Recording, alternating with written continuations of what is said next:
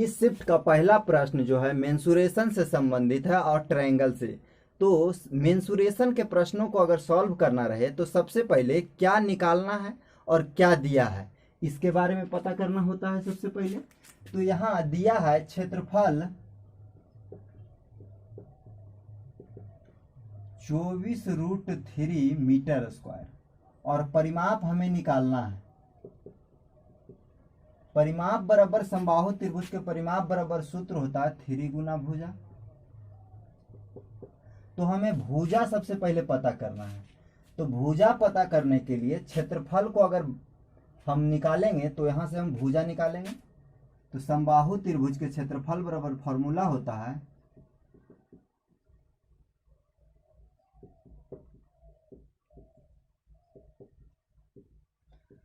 √3/4 गुने भुजा का स्क्वायर। वैल्यू पुट करेंगे √3/4 गुने भुजा का स्क्वायर। और इधर समबाहु त्रिभुज का क्षेत्रफल दिया है 24√3। यहाँ लिखेंगे 24√3।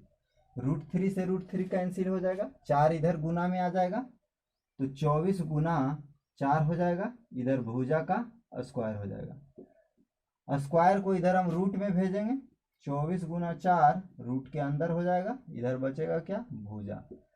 तो भुजा निकल के आया कितना, 4 को अगर यहाँ पे हम इसे ब्रेक कर दे 24 को तो हो जाएगा कितना, 4 गुना 6 में हो जाएगा। तो 2 4 से 1 4 बाहर आ जाएगा और रूट के अंदर 6 रह जाएगा। तो इतना मीटर भुजा निकल कर आया। हमें चाहिए क्या, परिमाप। तो परिमाप बराबर फॉर्मूला होता है 3 गुने भुजा। तो 3 गुने भुजा का वैल्यू है 4√3। तो यहाँ रखेंगे 4√3 नहीं 4√6 है। तो यहाँ लिखेंगे और गुना करेंगे, इसे गुना करते हैं 4 गुना 3 बराबर 12√6 मीटर परिमाप निकल के आया। तो इस प्रश्न का उत्तर 12√6 मीटर होगा। आइए हम प्रश्न संख्या 2 को समझते हैं। यह प्रश्न मैथ कम रीजनिंग ज़्यादा लग रहा है, लेकिन मैथ वाला सेक्शन में दिया हुआ था। यदि कोई व्यक्ति किसी पंक्ति में दोनों ओर से 14वें स्थान पर हो, देखिए एक पंक्ति है, उसमें कोई व्यक्ति मान लेते हैं यहाँ पे है, अगर हम इधर से उसे काउंट करें तो वे 14वें स्थान पे आता है। दोनों ओर से 14वें स्थान पे आता है और इधर से भी काउंट करें इसे तो भी 14वें स्थान पे आता है। तो पूछ रहा है इस पंक्ति में कितने व्यक्ति हैं। तो अगर हम मानते हैं कि इधर से 14 व्यक्ति बैठे हैं और इधर से भी वे 14वें स्थान पे है, तो वे व्यक्ति जो है दोनों बार कॉमन हो जाता है, दोनों तरफ में वो कॉमन हो जाता है। तो हम मानते हैं कि इधर से अगर वो व्यक्ति 14वें स्थान पे है तो इधर अब मात्र 13 व्यक्ति बैठे होंगे, तभी तो इन व्यक्ति को जोड़कर 14वें स्थान पे आता है। तो हम क्या करेंगे, इधर 14 व्यक्ति है, अब इधर कितना है, 13 है। तो 14 और 13 हो जाएगा 27। तो इस पंक्ति में टोटल बैठे हैं 27। आइए हम प्रश्न संख्या 3 को समझते हैं। प्रश्न संख्या 3 जो है हमारा रेलगाड़ी से संबंधित है। तो रेलगाड़ी के प्रश्नों को सॉल्व करते समय आप क्या करते हैं कि अगर ट्रेन किसी खंभे को, किसी पोल को पार करता है तो ट्रेन की खुद की लंबाई होता है, लेकिन अगर ट्रेन किसी ट्रेन को पार करे, किसी प्लेटफॉर्म को पार करे, किसी पुल को पार करे, तो ट्रेन की लंबाई प्लस प्लेटफॉर्म की लंबाई, पुल की लंबाई या फिर ट्रेन की लंबाई होता है। तो इस प्रश्न को समझते हैं क्या है। एक 90 मीटर लंबी ट्रेन 15 मीटर पर सेकेंड की चाल से 15 सेकेंड में एक पुल को पार करती है। तो पुल की लंबाई बताइए। तो देखिए हम क्या करेंगे, दोनों साइड डिस्टेंस को समान करेंगे। डिस्टेंस कैसे समान करेंगे, तो 90 मीटर जो है ट्रेन की लंबाई है, प्लस कुछ भी लंबाई होगा, मानते हैं कि x लंबाई पुल का होगा। दोनों को जुट जाता, हम बताए हैं अभी कि ट्रेन की लंबाई और पुल की लंबाई जुटता है। और इधर क्या करेंगे, इधर भी हम डिस्टेंस निकाल लेंगे। तो आप जानते हैं कि ट्रेन की लंबाई यहाँ पे 90 मीटर था और प्लस में पुल की लंबाई x मीटर है। इधर हम क्या करते हैं, चाल दिया हुआ है 15 मीटर पर सेकेंड और समय दिया है 15 सेकेंड। तो आप जानते हैं कि दूरी बराबर फॉर्मूला होता है चाल गुना समय। तो हम यहाँ गुना करते हैं, चाल को 15 और समय भी है 15। अब इसे सॉल्व करते हैं, 90 प्लस x है इधर, बराबर हो जाता है 225। तो x का वैल्यू निकालेंगे तो 225 माइनस 90 होगा, और x का वैल्यू आया 135 मीटर। इसका मतलब है कि पुल का लंबाई 135 मीटर है। संख्या 4 हमारा जो है टाइम एंड डिस्टेंस से संबंधित है। आइए इसे हम बनाते हैं। एक आदमी 4 किलोमीटर प्रति घंटा की गति से 3 घंटे चलता है और समान दूरी वापस 16 किलोमीटर प्रति घंटा की गति से दौड़ कर आता है। दौड़ने में उसके द्वारा लिया गया समय ज्ञात कीजिए। तो पहले लिखा, एक आदमी 4 किलोमीटर प्रति घंटा की गति से 3 घंटा चलता है। तो सबसे पहले निकालते हैं कि उस आदमी ने 3 घंटे में कितना दूरी तय किया। तो टोटल दूरी तय किया, चाल गुने समय करेंगे, चाल है 4 और समय है 3, तो गुना करके आ जाएगा टोटल डिस्टेंस 12 किलोमीटर। और उसी दूरी को उसने दौड़कर वापस आता है। तो दौड़कर वे जब आता है तो उसकी गति 16 किलोमीटर होता है, 16 किलोमीटर प्रति घंटा होता है। यहाँ पे डिस्टेंस कितना है, 12 है। और दौड़कर जब आता है वापस तो उसमें पूछता है कितना समय लगाता है वो। तो हमें समय निकालना है। समय बराबर होता है दूरी बटा चाल। तो दूरी तो वही है, उसी डिस्टेंस को वो वापस आ रहा है। तो डिस्टेंस कितना है, 12, और समय पूछ रहा है तो दूरी बटे चाल करेंगे। चाल कितना है, 16, तो 16 से भाग दे देंगे। तो जो सॉल्यूशन करके आएगा वही उत्तर होगा। तो कितना हो जाएगा, 4 से कटेगा 3 बार में, 4 से कटेगा 4 बार में, तो 3/4 आवर हो जाएगा। आइए हम प्रश्न संख्या 5 को समझते हैं। प्रश्न संख्या 5 लिखा है, यदि एक संख्या के 2/3 का 1/4 100 है तो संख्या क्या होगा। मानते हैं कि संख्या x होगा। x का यानी कि संख्या का 2/3, संख्या का 2/3 कर दिए हम। का 1/4, आप जानते हैं कि का मतलब गुना होता है। का 1/4 बराबर है किसके, 100 के। तो हम 100 के बराबर किए। अब हम x का मान निकालेंगे, वही संख्या होगा। तो यहाँ कैंसिल होगा 2 से 2 बार में, और x का वैल्यू हो जाएगा 3 दूना 6, गुना हो जाएगा इधर जाके तो 600। तो वह संख्या क्या है, 600। हम क्या किए, फिर से एक बार समझ लेते हैं। यदि एक संख्या के 2/3 का 1/4 100 है, तो हम मान लिए कि संख्या x है, जिसका 2/3 लिखें, का 1/4 लिखें, और बराबर में 100 किए और सॉल्व किए, तो x का उत्तर आया 600। तो संख्या कितना होगा, 600। आइए हम प्रश्न संख्या 6 को समझते हैं, जो ट्रिगोनोमेट्री से संबंधित है। यदि साइन थीटा बराबर √3/2 हो तो टेन थीटा का मान निकालना है।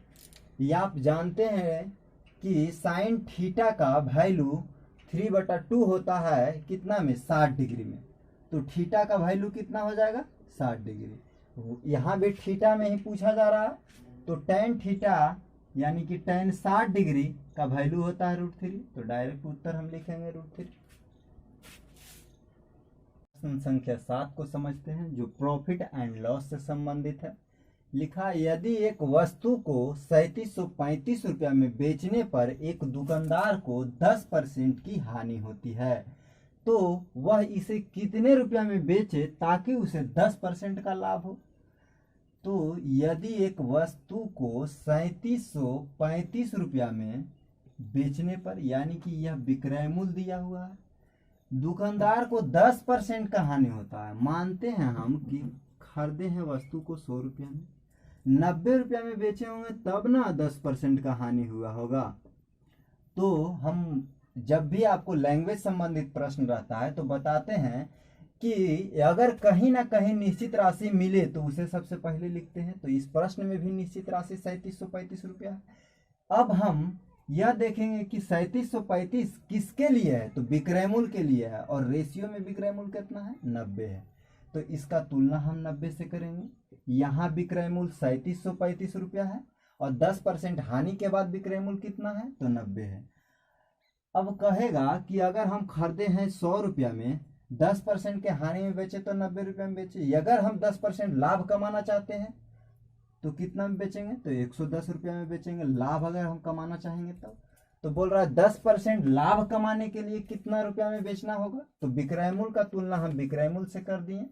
अब हमें निकालना है, उसे गुना करेंगे। निकालना है कि 10% के बाद, यानी कि 10% लाभ के लिए हम उसे कितना में बेचें, तो हो जाएगा कितना से गुना, 110 से। अब इसे 1 शून्य से 1 शून्य कैंसिल करेंगे, 9 से इसे हम कैंसिल करते हैं, 9 चौक 36 हो जाएगा, बचेगा यहाँ पे 1, 9 एकम 9, 4 बचेगा, 9 पचे 45। अब 11 से गुना करते हैं तो 5 से 5 रहेगा, 5 और 1 6 हो जाएगा, और इधर एक अंक छोड़ देंगे तो हो जाएगा कितना, 4 1 5 हो जाएगा, और 4 के 4 ही रहेगा।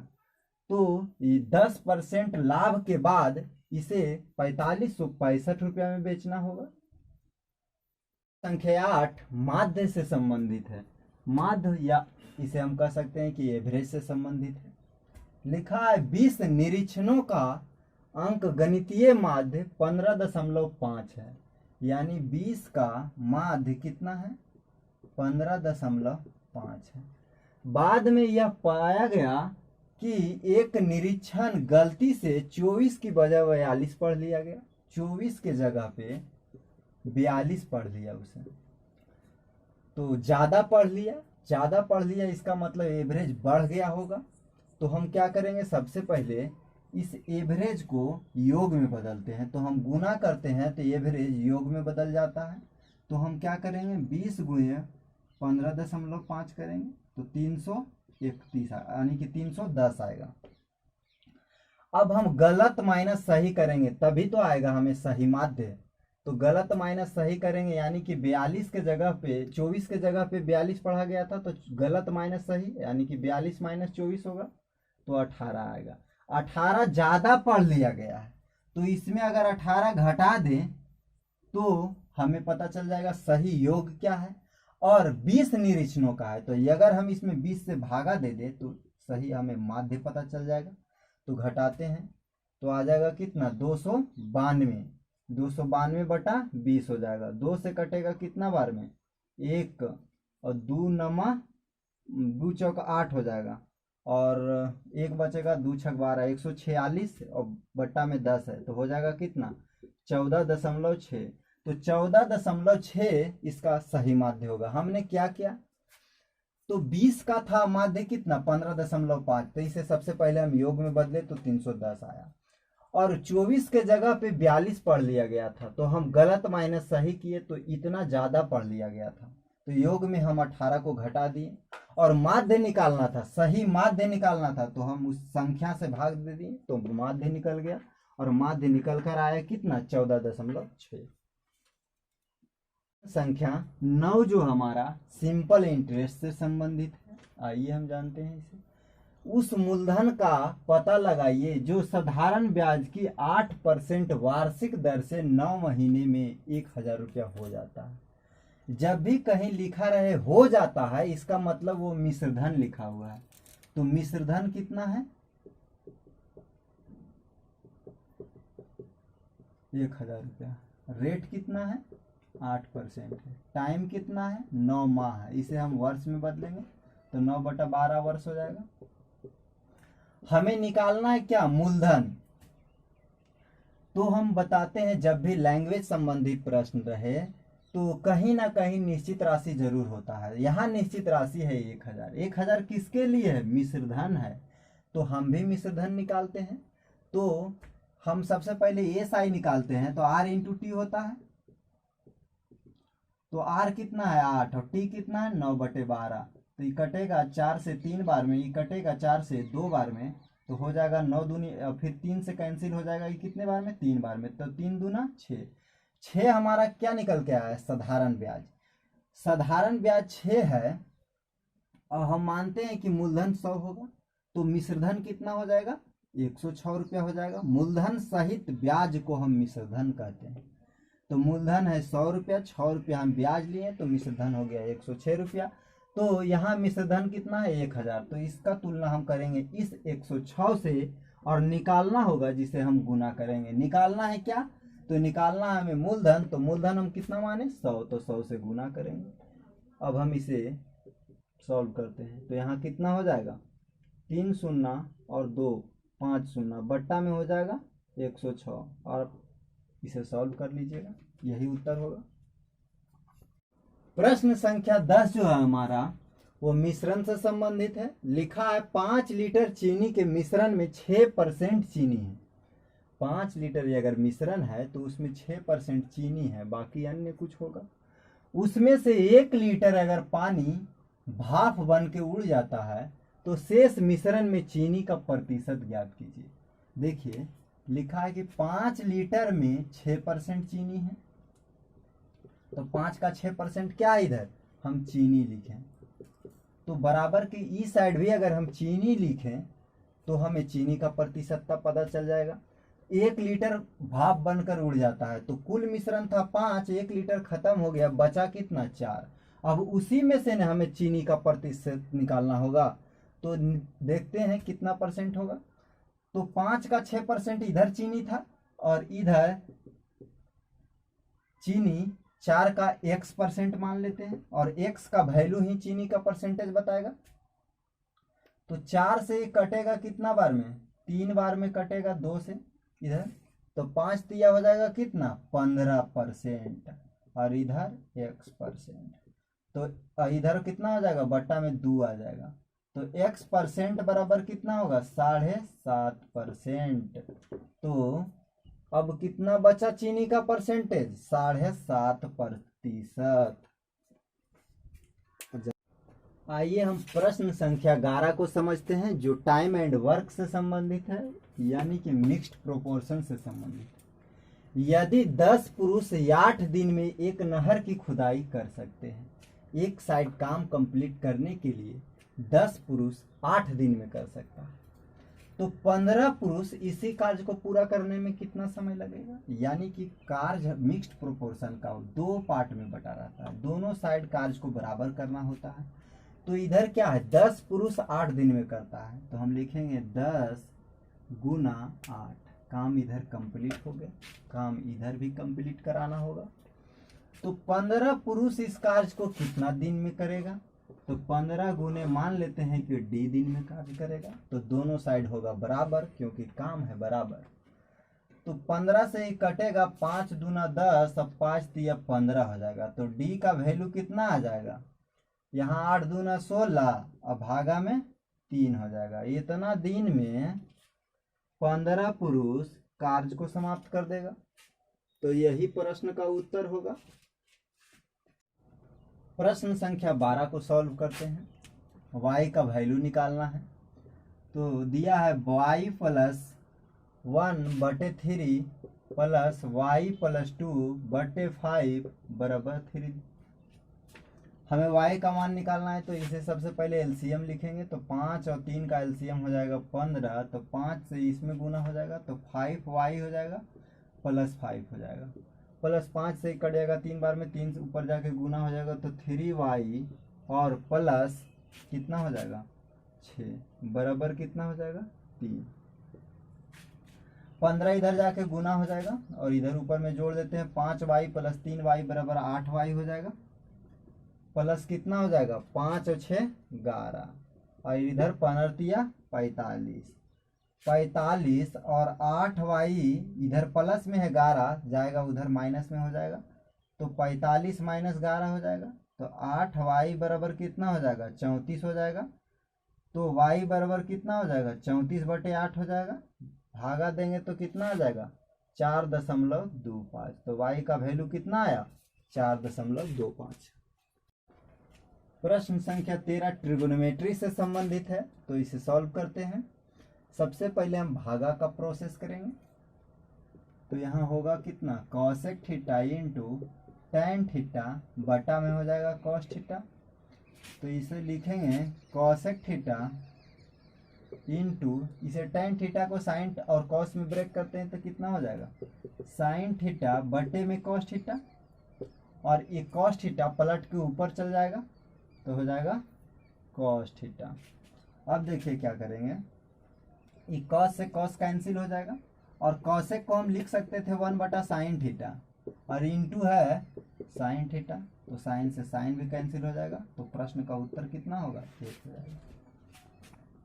आइए हम प्रश्न संख्या 14 को समझते हैं, जो रेशियो से संबंधित है। देखिए इसे कितना आसान तरीका से हम सॉल्व करना सिखाएंगे आपको।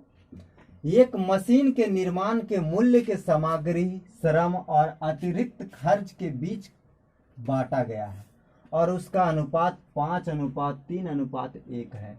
यदि आवंटित किया गया अतिरिक्त खर्च 1,49,500 रुपया है तो मशीनरी के मूल्य का पता लगाइए। देखिए हम बताते हैं, जब भी लैंग्वेज संबंधी प्रश्न रहे तो उसमें कहीं ना कहीं निश्चित राशि जरूर रहता है।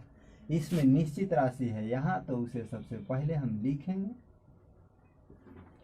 और उस निश्चित राशि का तुलना अनुपात के उसी पद से करते हैं। तो यहाँ किसके लिए आया है निश्चित राशि, अतिरिक्त खर्च के लिए। अतिरिक्त खर्च रेशियो में कितना है, 1, तो इसका तुलना हम करेंगे 1 से, और निकालना है उसे हम गुना करेंगे। निकालना क्या है, तो मशीनरी के मूल्य ज्ञात करिए।